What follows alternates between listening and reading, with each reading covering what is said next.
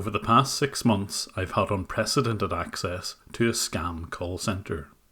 YouTube's policies have meant that I've had to blur certain sections of this video, but if you're a patron of mine, you can access the full uncensored version through Patreon. This video gives a unique view of how these scams operate and who these scammers really are. Critical alert from Microsoft. You're looking at the webcam of a scammer named Deva. He is currently uploading phone numbers of people who will be his next potential victims. All of the phone numbers are from people who have previously fallen victim to a pop-up scam, as you can see here. Knowing that these people are already victims is particularly useful to this group of scammers because they operate a refund scam. They'll pretend to be a real computer company and make calls like this. Hi, we are calling you from Microsoft Refund Department. If you remember, you have a contract with us for computer support and services. Unfortunately, we are closing the business. So you can give us a call for the refund of the amount you paid.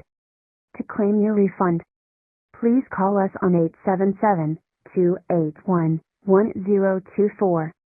The way that Deva and the rest of the people in this call centre get their leads is via WhatsApp or directly by email. Here you can see him using WhatsApp to download a spreadsheet of the most recent victims. When he has the list of numbers, he will then look at it in a spreadsheet to make sure that it will go into the outbound calling software. He will remove any duplicates before starting a campaign. Here they've been emailed a fresh list of numbers.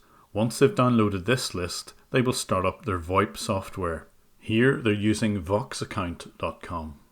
And that's a legitimate piece of software which will allow them to make lots of outbound calls. They will charge up their Vox account with about $100 every few days, and the 8 or so agents will sit and wait for inbound calls. Here you can see the rate of these calls. The icons at the bottom represent agents who are ready to receive calls, and they're in green, and anyone actively engaged in the call is coloured amber. So let's go for a little office tour whenever one of these outbound campaigns are in action. As you can see, the offices are very small and cramped, and each agent has only a very basic PC on his desk. They don't use phones and instead use VoIP software. They will use X-Lite for their inbound calls and 3CX for the outbound ones. A lot of these scammers smoke, so you can imagine the smell in this place.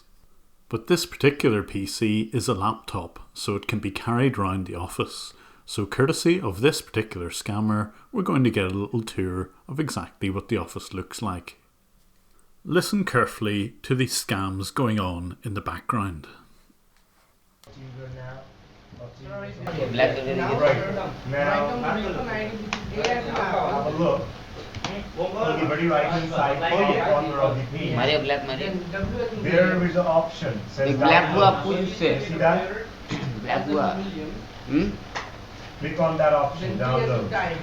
Black हुआ And after click on download, what's come up? ठीक है ना Then P as in Peter. Okay. Right, scroll it down the page. On your screen. Little bit. Hold on. Now it's showing you Team Viewer for Mac. Do you see that? There's a black now, sir. Have a look on the black box and What do you see now? the receiver name, receiver Now, bank under name, the and Team Viewer for Mac is a blue color box, download now. कर दिया Click on that. It comes up just like okay. Alright, sir, because see, I can't see the screen. And after click on it, ma'am, have a look. The right hand side on the very top of your computer screen, beside the address bar. There is any blue color or black color down arrow. You see that? Click on that arrow. भाई Skype से कर लो Skype से Don't look at that. You just have to Like मेरा the phone number से भी over आता there. इसका remote पीछे It होगा says Team अब Viewer इसका set up that remote TMT. पीछे है ना That's it, okay? तेरा में ऑप्शन नहीं दे रहा ना ब्लैक करने का Right, it's done or it's still loading now. Access. Remote PC. Right, double click on it then. The Team Viewer setup GMG, which shows over there, double click on it. So as you can see, they are quite small offices, one of the smallest groups of scammers I've encountered. But equally, you can also appreciate that this laptop is on a wireless network, and it's that wireless network that gives me a good clue as to exactly where these offices are located. I already knew from the IP address what the approximate location was. They're in Calcutta or Kolkata in India. But to pinpoint their location, it's possible to use additional information, and I get this from their wireless access information. On screen, you can see a list of wireless networks. This PC has connected to those wireless networks, and some of them are even active now. Together with the signal strength and using some Google Map data, it's possible to pinpoint their location within 150 meters. So these scammers are close to the centre of Kolkata, to the east of the river and very near the Refund residency. I needed to be as accurate as I could with their location because I wanted to report them to the Cyber Police in Kolkata. I couldn't give them a business address because they're not a business. They just all know each other. So I also wanted to figure out their various names, but I could only do this by listening to some audio. So I listened and watched their scams over the next few weeks and months. I was particularly keen to identify this group because they did some of the most awful things that I've seen any group do before. The person on screen is called Christy. They offered her a refund, but instead they turned on her webcam, threatened her, grabbed pictures of her children, and ultimately tried to delete all of her files. That you do have, but you told me that I don't want that money refund and whatever, so I just took that our software, and when we took our softwares, the happy to know your all the documents that you do have on your computer, whatever, all has been deleted from your computer. Okay, if you haven't seen this video, there's a link to it in the description below. So over the next few weeks, I observed this team running the refund scam. Here they are editing HTML to make it look as if they've transferred money to the victim and will want the money back, of course. They describe themselves as NTS IT Care. These are another scamming organisation in Kolkata where they get most of their data from. But there's a rules that I'm going to let you know. But before going to let you know, I do believe you can see your computer screen. And if you can see your computer screen, ma'am, so first of all, do me a favor, simply sign out from your bank account, madam. The refund scam works by the scammer persuading the victim to log into their bank account. He will have promised a certain amount, but he'll edit the screen so it looks as if too much has been put in. He will then ask the victim to return the money through a bank transfer, or more likely these days, some sort of gift card. When you're going to your bank, right, again to sending that money exactly, so you don't need to tell your bank people that, hey, I have transferred that money on the first time, the money get cancelled, and that's why You can watch him on this webcam coaching the victim what to say when she goes into the bank. My God.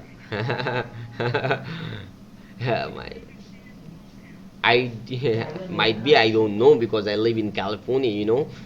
So okay, suppose if the same people, okay, tell them, hey, I want to transfer that money. When you tell them that, might be they can open your bank account and check that, all right, but they will not ask you this thing that, hey, this money is get cancelled, because the reason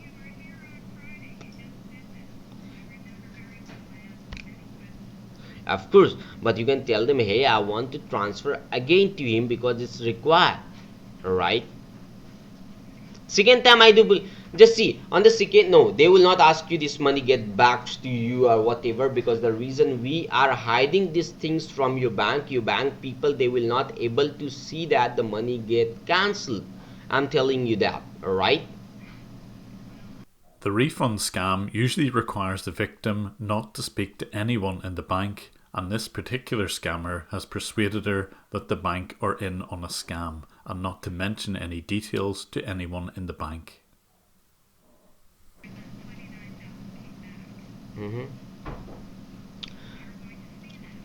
Now just no, they can't see that, because just see your bank and my bank are connected each other. So I had shown you this thing that, hey ma'am, this has happened, but in the computer, your bank computer screen, it will be not show that the money get cancelled. It just shows that $29,250 has been created, but this thing, it will be not shows that money get cancelled. Understand? I'm telling you that because I'm the man of my word, and at the same time your bank and my bank, they are connected with each other, and I will not give the permissions to your bank as well that they can look that the money get cancelled, and that's why you come here. Okay, I'm telling you that. All this time I was quietly observing their scams in action, and I didn't let any of the victims that I observed fall victim to any of the scams. But I did want to disrupt them as much as I possibly could. So when I observed them making contact with a company called dialer360.com in order to set up a new outbound campaign, I saw an opportunity. What they do is send an outbound message to potential victims about a refund, and this was my opportunity to substitute the audio. Interestingly, I also observed that Dialer360 were completely complicit in the scam that was going on. In fact, they even wanted the audio which would be played to the victims. They didn't have the expertise themselves, so they drafted in an expert called Hazra who set up Dialer360 so that this group of scammers were set up correctly to scam the maximum number of victims. Dialer360 didn't exactly care who was buying their software, and whenever they asked for a scanned ID card, the reply was, "Why? No one's ever asked for that before," and that seemed perfectly acceptable to Dialer360. They allocated the direct international dial or DID number regardless. So I thought carefully about the best way to disrupt this new campaign. Obviously I couldn't stop them getting new numbers, but what I could do is hopefully get a warning to their potential victims. So I thought I would substitute the audio. This is what their original audio sounded like. Hi, we are calling you from Microsoft Refund Department. If you remember, you have a contract with us for computer support and services. Unfortunately, we are closing the business, so you can give us a call for the refund of the amount you paid.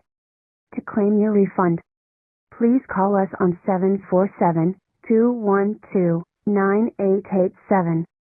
I repeat, 747-212-9887. Or press 1 to talk with our executive. Thank you. And I decided to replace it with this. Hello, this is an automated message being sent from scammers from India. They were going to try to scam you by claiming that you would get a refund from your computer maintenance company. However, this is just a scam so that they can access your computer and will try to get money from your bank account. If you ever get a message like this, it is always a scam. Please do not mention that I have changed their message, but if you would like to waste their time, you can speak to these scammers by pressing 1 on your telephone keypad. And as it turned out, this was the most effective way of getting a message to some of their potential victims, all at the expense of the people making the calls, the scammers themselves. Not only did I keep substituting the audio and only replacing it whenever they were asking for a bit of help from Dialer360, but I also increased the rate of these calls to drain their money as quickly as I possibly could. Although this footage is sped up, I watched overnight as I drained all of their money. The total consumption is the cost in dollars. And every cent which is being consumed means a message is getting to one of their prospective victims. All very satisfying. And all this time, they couldn't work out why they weren't getting the expected volume of calls. From their chat logs, it was quite obvious to them that they were having some sort of problem but couldn't pinpoint it. Eventually, when I drained all of their money over several weeks, they figured out that there must have been some sort of compromise, and finally they twigged that there was something going on with their audio. But I still had very blurry photographs through a webcam of the people involved, so I was thrilled whenever Deva uploaded his wedding photographs to the internet, and I was able to get a lot clearer pictures of his workmates. So although I don't know who's who here, I do know there's an Amit, there's a Rizwan, there's a Tusif, and there's a Wasim. I did email the Kolkata Cyber Police in the hope that they would do something. I sent them a link to the unblurred version of this video, but I've had absolutely nothing back from them. I can only assume they're not going to do anything.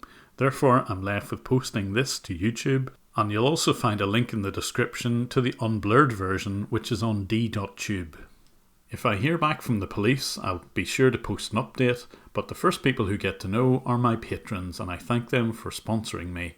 If you wish to become a patron, there's a link here, and I'm also on Twitter at JimBrowning11. Again, thank you for watching.